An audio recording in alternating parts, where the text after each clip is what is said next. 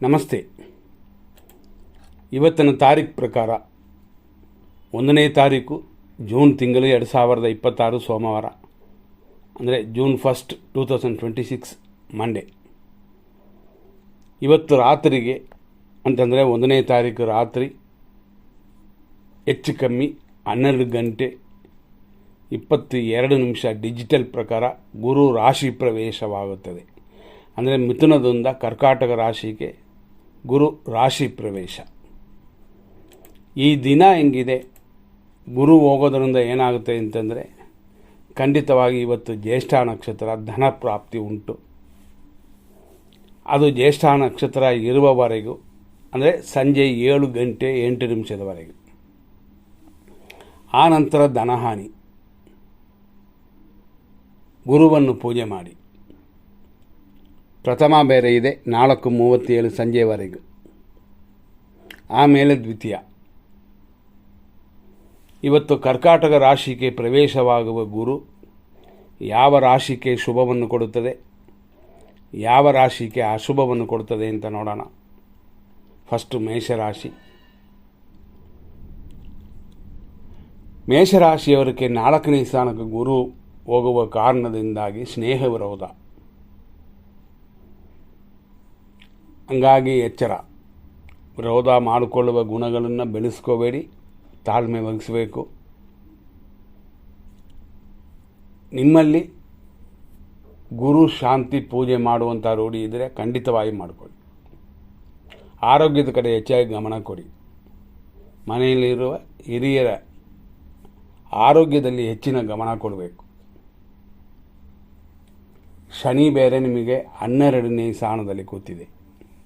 ಆದ್ದರಿಂದಾಗಿ ಇವತ್ತಿನ ದಿನದಿಂದ 1 ವರ್ಷ ಕಾಲ ಗುರು ಅಷ್ಟೊಂದು ಶುಭವನ್ನು ನೀಡುವವನಲ್ಲ. ಗುರು ಶಾಂತಿ ಖಂಡಿತವಾಗಿ ಅನುಕೂಲ ಕೊಡುತ್ತದೆ. ವೃಷಭ ರಾಶಿಯವರಿಗೆ ಗುರು 3ನೇ ಸ್ಥಾನಕ್ಕೆ ಬರುತ್ತದೆ. ಹಂಗಾಗಿ ರೋಗ, ತಲೆನೋವು, ಒತ್ತಡ, ಶತ್ರುಕಾಟ, ಕಿವಿಯ ತೊಂದರೆ, ಅಧಿಕಾರ ವರ್ಗದಿಂದ ತೊಂದರೆ ಮತ್ತು ಸ್ವಲ್ಪ ಕಷ್ಟ ನಷ್ಟಗಳು. ಆದರೂ ಶನಿ ಸೂಪರ್ ಆಗಿದೆ. ಲಾಭಸ್ಥಾನದಲ್ಲಿ ಕೂತಿರೋದರಿಂದ ಶನಿಯ ಸ್ಥಿತಿ ಉತ್ತಮವಾಗಿರೋದರಿಂದ ದೋಷಗಳೆಲ್ಲ ಕರಗುತ್ತದೆ. ಮಿಥುನ ರಾಶಿಯವರಿಗೆ ಗುರು 2ನೇ ಸ್ಥಾನದಲ್ಲಿ. ಇಲ್ಲಿವರೆಗೂ ಇರುವಂಥ ಕಷ್ಟಗಳು, ಇದ್ದಿದ್ದ ಕಷ್ಟಗಳೆಲ್ಲ ದೂರವಾಗುತ್ತದೆ. ಯಾಕೆಂತಂದರೆ ಐಶ್ವರ್ಯ ಸ್ಥಾನಕ್ಕೆ ಗುರು ಬರುತ್ತದೆ. ಕರ್ಕಾಟಕ ರಾಶಿ ಉಚ್ಚ ಸ್ಥಾನ ಬೇರೆ. ಹಂಗಾಗಿ ಹಣ ಲಾಭ, ಚಿನ್ನ ವಸ್ತ್ರ ಲಾಭಗಳು, ಮಂಗಲ ಕಾರ್ಯಗಳು, ಹೊಸ ಕಾರ್ಯ ಸಿದ್ಧಿ, ಗುರುಗ್ರಹ ಪೂಜೆ ಮಾಡಿಸಿ.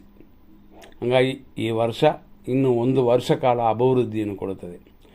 ಅದೇ ಸಮಯದಲ್ಲಿ ಶನಿ ನಿಮಗೆ ಅಂತಂದರೆ ನಿಮ್ಮ ರಾಶಿಯ ಪ್ರಕಾರ 10ನೇ ಸ್ಥಾನದಲ್ಲಿ ಕೂತಿದೆ. 10ನೇ ಸ್ಥಾನ ಶನಿದೇವರಿಗೆ ಕೆಟ್ಟೋದಲ್ಲ. ನಮ್ಮ ಪ್ರಯತ್ನಕ್ಕೆ ತಕ್ಕಂತೆ ಕಾರ್ಯಗಳಲ್ಲಿ ಅಭಿವೃದ್ಧಿಯನ್ನು ಉಂಟು ಮಾಡುತ್ತದೆ. ನೆಕ್ಸ್ಟ್ ನಾವು ನೋಡುವಂಥದ್ದು ಕರ್ಕಾಟಕ ರಾಶಿ. ಜನ್ಮಕ್ಕೆ ಬರುತ್ತದೆ ಗುರು. ಗಾಡಿಗಳಲ್ಲಿ ಎಚ್ಚರ. ಮರಣ ಭಯ, ಮರಣವಲ್ಲ ಮರಣ ಭಯ. ಬೆಲೆ ಬಾಳುವ ವಸ್ತುಗಳನ್ನು ಭದ್ರವಾಗಿಟ್ಕೊಳ್ಳಿ, ಇಲ್ಲಾಂದರೆ ಕಳುವಾಗುವ ಸಾಧ್ಯತೆ ಇದೆ. ಎಚ್ಚರ. ಕುಲದೇವತಾ ಇಷ್ಟದೇವತಾ ಪೂಜೆ ಮಾಡಿ, ದಕ್ಷಿಣಾಮೂರ್ತಿ ಪೂಜೆ ಮಾಡಿಕೊಳ್ಳಿ ಕಟಕ ರಾಶಿಯವರಿಗೆ. ನೆಕ್ಸ್ಟ್ ಸಿಂಹರಾಶಿಗೆ ನೋಡೋಣ. ಆಲ್ರೆಡಿ ಶನಿದೇವರು ಶುಭ ಸ್ಥಾನದಲ್ಲಿ ಇಲ್ಲ. ನಷ್ಟ, ಆರೋಗ್ಯ ನಷ್ಟ ಅಂತ ಈ ರೀತಿಯಲ್ಲಿ ಇರೋದರಿಂದ ಖಂಡಿತವಾಗೂ ಗಮನ ಕೊಡಲೇಬೇಕು. ಗುರು ನಿಮ್ಮ ರಾಶಿಗೆ ಬಂದಿರೋದು 12 ಅಂತಂದರೆ ವ್ಯಯಸ್ಥಾನಕ್ಕೆ ಬಂದಿದೆ. ಆದ್ದರಿಂದಾಗಿ ಇಲ್ಲಿವರೆಗೂ ಗುರು ಸ್ವಲ್ಪ ಅನುಕೂಲವನ್ನು ಕೊಟ್ಟಿದ್ದ ಗುರು ದ್ರವ್ಯದಲ್ಲಿ ತೊಂದರೆಗಳಿರುತ್ತದೆ. ರೋಗ, ತಲೆನೋವನ್ನು ಕೊಡುತ್ತದೆ. ಶತ್ರು ಕಾಟವನ್ನು ಬರುತ್ತದೆ. ಅಧಿಕಾರ ವರ್ಗದಿಂದಲೂ ತೊಂದರೆ ಬರುತ್ತದೆ. ಆದ್ದರಿಂದ ಗಮನ ಕೊಟ್ಟರೆ ಖಂಡಿತವಾಗಿ ಎಲ್ಲವನ್ನು ಜಯಿಸಬಹುದು. ಅಂದರೆ ಎಲ್ಲ ಕಾರ್ಯಗಳು ಜಯವನ್ನು ನಾವು ಉಂಟು ಮಾಡ್ಬೋದು. ನಮ್ಮ ಕೈಯಲ್ಲಿದೆ. ಶನಿದೇವರ ಪ್ರಾರ್ಥನೆ ಖಂಡಿತ ಬೇಕೇ ಬೇಕು. ಇದನ್ನು ಮನಸ್ಸಲ್ಲಿಟ್ಕೊಂಡು ನಿಮ್ಮ ಕಾರ್ಯಗಳನ್ನ ಮಾಡಿ. ನೆಕ್ಸ್ಟ್ ನಾವು ನೋಡುವಂಥದ್ದು ಕನ್ಯಾ ರಾಶಿ. ಲಾಭಕ್ಕೆ ಬಂದಿದೆ ಗುರು ಸೂಪರ್ ಸ್ಥಾನ. ಚಿನ್ನ ವಸ್ತ್ರ ಲಾಭಗಳು, ಮಂಗಲ ಕಾರ್ಯಗಳು ಆಗುತ್ತದೆ. ಮದುವೆ ಆಗದೇ ಇರೋರಿಗೆ ಮದುವೆಗಳು ಶುಭ ಕಾರ್ಯಗಳಕ್ಕಾದ ಚಾನ್ಸ್ ಇದು. ನಿಮ್ಮ ಪ್ರಯತ್ನವೂ ಅಲ್ಲಿ ಇರಲೇಬೇಕು. ಹೊಸ ಕಾರ್ಯ ಸಿದ್ಧಿ ಉಂಟು. ಗುರುದೇವರನ್ನ ಸುಮ್ಮನೆ ಪೂಜೆ ಮಾಡ್ಕೊಳ್ಳಿ ಸಾಕು. ಆದರೂ ಶನಿ 7ರಲ್ಲಿ ಕೂತಿದೆ, ಮದುವೆಯನ್ನು ಲೇಟ್ ಮಾಡುತ್ತದೆ. ಅದೆಲ್ಲ ಯೋಚನೆ ಮಾಡಬೇಡಿ. ನೆಕ್ಸ್ಟ್ ನಾವು ನೋಡುವಂಥದ್ದು ತುಲಾರಾಶಿ. 10ನೇ ಸ್ಥಾನಕ್ಕೆ ಗುರು ಬರುತ್ತೆ. ಒಂದು ವರ್ಷ ಕಾಲ ಅನವಶ್ಯಕ ಪ್ರಯಾಣ, ಅಳದಾಟ ಇದೆಲ್ಲ ಹೆಚ್ಚಾಗುವ ಸಮಯ. ಆದರೆ ಅದನ್ನು ಉಪಯೋಗ ಆಗುವಂತೆ ಮಾಡಿಕೊಳ್ಳಿ. ಸ್ಥಳ ಬದಲಾವಣೆ ಕೆಲವರಿಗೆ ಉಂಟಾಗುತ್ತದೆ. ಆದರೂ ಶನಿ 6ನೇ ಸ್ಥಾನದಲ್ಲಿ ಕೂತಿದೆ. 6ನೇ ಸ್ಥಾನ ಅನ್ನೋದು ಶನಿಗೆ ಶುಭ ಸ್ಥಾನ. ಶತ್ರುಗಳನ್ನು ಗೆಲ್ಲುವ ಉನ್ನತ ಸ್ಥಾನಕ್ಕೆ ಬರುವ ಸಮಯವಿದು. ಆದ್ದರಿಂದಾಗಿ ತುಲಾರಾಶಿಗೆ ಒಂದು ರೀತಿಯಲ್ಲಿ ಶುಭವೇ. ನೆಕ್ಸ್ಟ್ ನಾವು ನೋಡುವಂಥದ್ದು ವೃಶ್ಚಿಕ ರಾಶಿ. ಗುರು ಭಾಗ್ಯ ಸ್ಥಾನಕ್ಕೆ ಬಂದಿದೆ, ಅಂದರೆ ಬರುತ್ತೆ ಇವತ್ತು ರಾತ್ರಿಗೆ. ವಸ್ತ್ರ ಸಂಪತ್ತು ಮುಂದೆ ಇದೆಲ್ಲ ಅನುಕೂಲಕರವಾಗಿ ಆಗುತ್ತದೆ. ಸುಖ ಸಮಯ ಮುಂದೆ.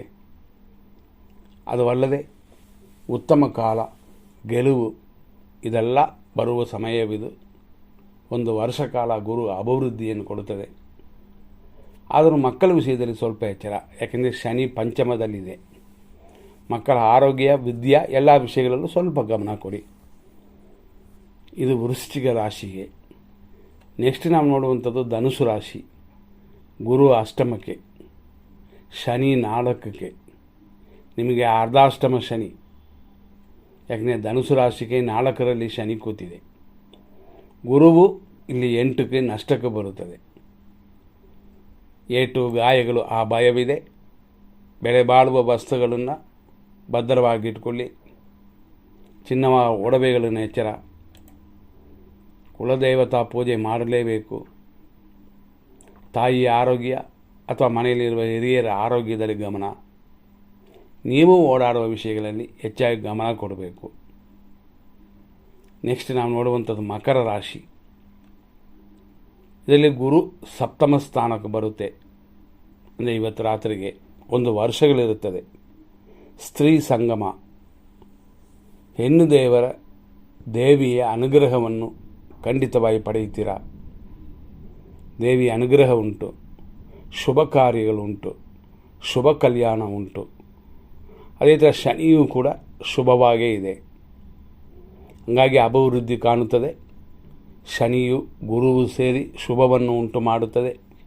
ಆದ್ದರಿಂದ ಒಂದು ವರ್ಷ ಕಾಲ ಇದು ರಾಜಯೋಗವಾಗಿರುತ್ತದೆ. ನೆಕ್ಸ್ಟ್ ನಾವು ನೋಡುವಂಥದ್ದು ಕುಂಭರಾಶಿ. ಗುರು 6ನೇ ಸ್ಥಾನಕ್ಕೆ ಬರುತ್ತದೆ. 6ನೇ ಸ್ಥಾನ ಅನ್ನೋದು ಅಷ್ಟು ಉಚಿತವಲ್ಲ. ಆರೋಗ್ಯದ ಕಡೆ ಖಂಡಿತ ಗಮನ ಕೊಡಬೇಕು. ಸ್ವಲ್ಪ ದುಃಖ, ಅಪಜಯ, ಹಂಗಾಗಿ ಜಗಳಕ್ಕೆ ಹೋಗುವಂಥದ್ದು ಬೇಡ. ನೆಂಟರು ಇಷ್ಟರು ಇವರ ಆರೋಗ್ಯದಲ್ಲಿ ಕೂಡ ಗಮನ ಕೊಡಬೇಕಾಗ್ತದೆ. ಅದೇ ಸಮಯದಲ್ಲಿ ಅದು ಉಚ್ಚ ಸ್ಥಾನವಾಗಿರೋದರಿಂದ ಪರಿಹಾರಗಳು ಖಂಡಿತ ಕೆಲಸ ಮಾಡುತ್ತದೆ. ಕುಟುಂಬ ಸ್ಥಾನದಲ್ಲಿ ನಿಮಗೆ ಶನಿ. ಕುಟುಂಬದಲ್ಲಿ ಭಿನ್ನಾಭಿಪ್ರಾಯಗಳು ಬರುತ್ತದೆ. ಅದನ್ನು ದೂರ ಮಾಡಿ. ಹೆಣ್ಣುಮಕ್ಕಳಾದರೂ ಸರಿಯೇ, ಗಂಡಸರು ಆದರೂ ಸರಿಯೇ, ಇದರಲ್ಲಿ ಹೆಚ್ಚಾಗಿ ಗಮನ ಕೊಟ್ಟರೆ ಎಲ್ಲವನ್ನು ಮಾಡಬಹುದು. ಲೋನ್ ಈ ಸಮಯದಲ್ಲಿ ಬೇಡ. ಆದರೆ ಅವಶ್ಯಕತೆ ಇದ್ದರೆ ಮಾತ್ರ, ಎಮರ್ಜೆನ್ಸಿ ಅಂತಂದರೆ ಮಾತ್ರ ಆ ಲೋನ್ ಒಳ್ಳೆಯ ರೀತಿಯಲ್ಲಿ ಉಪಯೋಗ ಆಗುವಂತೆ ಉಪಯೋಗಿಸ್ಕೊಳ್ಳಿ. ಇದು ಕುಂಭರಾಶಿಗೆ. ನೆಕ್ಸ್ಟ್ ನಾವು ನೋಡೋದು ಮೀನರಾಶಿಗೆ ಬರೋಣ. ಗುರು 5ಮ ಸ್ಥಾನದಲ್ಲಿ, ಪೂರ್ವ ಪುಣ್ಯ ಸ್ಥಾನದಲ್ಲಿ. ಕೆಲವರಿಗೆ ಪುತ್ರ ಪ್ರಾಪ್ತಿ ಉಂಟು, ಸಂತಾನ ಲಾಭ ಉಂಟು. ಪೂರ್ವದಲ್ಲಿ ಮಾಡಿರುವ ಪುಣ್ಯ ಈಗ ಹೆಚ್ಚಾಗಿ ಬರುವಂಥ ಯೋಗವಿದೆ. ಆದ್ದರಿಂದ ಶುಭವಾಗಿ ಉಂಟು. ದ್ರವ್ಯ ಲಾಭ, ವಾಹನ ಮತ್ತು ವಸ್ತು ಲಾಭ, ಚಿನ್ನದ ಲಾಭ ಉಂಟು. ಆಭರಣ ಸೇರುವ ಸಮಯ ಉಂಟು. ಇದೆಲ್ಲ ನೋಡಿ ನಿಮ್ಮ ಕಾರ್ಯಗಳನ್ನ ಮಾಡಿ. ಹಂಗಾಗಿ ಜನ್ಮದಲ್ಲಿ ಶನಿ ಕೂತಿದೆ ಮೀನದಲ್ಲಿ. ಆದ್ದರಿಂದಾಗಿ ಆರೋಗ್ಯದ ವಿಷಯಗಳು, ಕಾಲುಗಳಲ್ಲಿ ಏಟು ಬೀಳದೆ ನೋಡಿಕೊಳ್ಳಿ. ಕೆಲವು ವಿಷಯಗಳಲ್ಲಿ ಮೌನವಾಗಿರೋದು ಉತ್ತಮ. ಯಾಕೆಂತಂದರೆ ಜನ್ಮಶನಿ, ಆದರೂ ಕಾಪಾಡೋಕ್ಕೆ ಗುರು ಬಂದಿದ್ದಾಯಿತು. ಇಲ್ಲಿವರೆಗೂ 4ರಲ್ಲಿ ಗುರು ಇತ್ತು. ಆರೋಗ್ಯದ ವಿಷಯದಲ್ಲಿ ಹೆಚ್ಚು ಕಮ್ಮಿ ತೊಂದರೆ ಇತ್ತು. ಇದೆಲ್ಲ ಸರಿ ಹೋಗುವ ಸಮಯವಿದು. ಇದೆಲ್ಲ ನೋಡಿ ನಿಮ್ಮ ಕಾರ್ಯಗಳನ್ನು ಮಾಡಬಹುದು. ನೆಕ್ಸ್ಟ್ ನಾವು ನೋಡುವಂಥದ್ದು ಏನು ಅಂತಂದರೆ, ಇವತ್ತಿನ ನಾಳೆ ವಿಷಯನ ಸ್ವಲ್ಪ ನೋಡ್ಕೊಳ್ಳೋಣ. ಪ್ರಥಮ ಸಂಜೆ 4:37ವರೆಗೂ, ಆಮೇಲೆ ದ್ವಿತೀಯ. ನಾಳೆ ಜ್ಯೇಷ್ಠ ನಕ್ಷತ್ರವಿದೆ. ಸಂಜೆ 7-8ವರೆಗೂ ಧನ ಪ್ರಾಪ್ತಿ ಉಂಟು. ಅರೆ ಆ ನಂತರ ಧನಹಾನಿ, ಇದು ಗಮನದಲ್ಲಿಟ್ಕೊಳ್ಳಿ. ಇವತ್ತಿನ ದಿನದಲ್ಲಿ ಶುಭ ಸಮಯಗಳು ಅಂತ 100% ನೋಡ್ಬಿಡೋಣ. ಬೆಳಿಗ್ಗೆ 5:52ರಿಂದ 7:27ವರೆಗೂ ಟೈಮ್ ಆದರೂ 7:07ವರೆಗೂ ಶುಭವಾಗಿರುತ್ತೆ. 9:07ರಿಂದ 10:38, 12:20ರಿಂದ 12:41, ಮಧ್ಯಾಹ್ನ 1:37ರಿಂದ 3:15, ಸಂಜೆ 4:11ರಿಂದ 7:06, ಸಂಜೆ 7:36ರಿಂದ ರಾತ್ರಿ 12:16. ಆದರೂ ಇದೆಲ್ಲ ಧನ ಹಾನಿ ಆಗುವ ಸಮಯ ಹೀಗೆ ಹೇಳುವಂಥವು. ಅಂದರೆ ಸಂಜೆಯ ಮೇಲೆ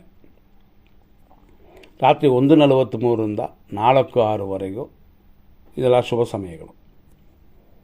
100% ಅಶುಭ ಸಮಯ ಅಂತ ನೋಡೋಣ. ರಾಹುಕಾಲ, ಯಮಕಂಠ ಕಾಲಗಳನ್ನ ನೋಡುತ್ತೀವಿ. 7:29ರಿಂದ 9:05ವರೆಗೂ ರಾಹುಕಾಲವಿದೆ ಇವತ್ತು. ಆಮೇಲೆ ನಾವು ನೋಡಿದ್ರೆ 10:41ರಿಂದ 12:18ವರೆಗೂ ಯಮಕಂಠ ಕಾಲಗಳು. 12:43ರಿಂದ 1:35ವರೆಗೂ ದುರ್ಮುಹೂರ್ತ. 3:17ರಿಂದ ಸಂಜೆ 4:09ವರೆಗೂ ದುರ್ಮುಹೂರ್ತ. ಸಂಜೆ 7:08ರಿಂದ 7:36ವರೆಗೂ ಮೃತ್ಯು. ರಾತ್ರಿ 12:18ರಿಂದ 1:41 ರಾತ್ರಿಯವರೆಗೂ ವಿಷಕಾಲ. ನೋಡಿಕೊಂಡು ನಿಮ್ಮ ಕಾರ್ಯಗಳನ್ನ ಮಾಡಿ. ಹಾಗಾಗಿ ಗುರು ಬಂದಿರೋದರಿಂದ ಯಾವ್ಯಾವ ರಾಶಿಗೆ ಶುಭ ಅಂತ ಹೇಳಿದ್ವಿ, ಗಮನಿಸಿ ನಿಮ್ಮ ಕಾರ್ಯಗಳನ್ನ ಮಾಡಿ. ಗುರು ಚೆನ್ನಾಗಿದ್ದರೂ ಪೂಜೆ ಮಾಡ್ಬೋದು, ಕೆಟ್ಟ ಸ್ಥಾನಕ್ಕೆ ಬಂದರೂ ಪರಿಹಾರ ಮಾಡ್ಬೋದು. ಮುಂದಿನ ಸಂಚಿಕೆಯನ್ನು ನೋಡೋಣ. ಧನ್ಯವಾದಗಳು.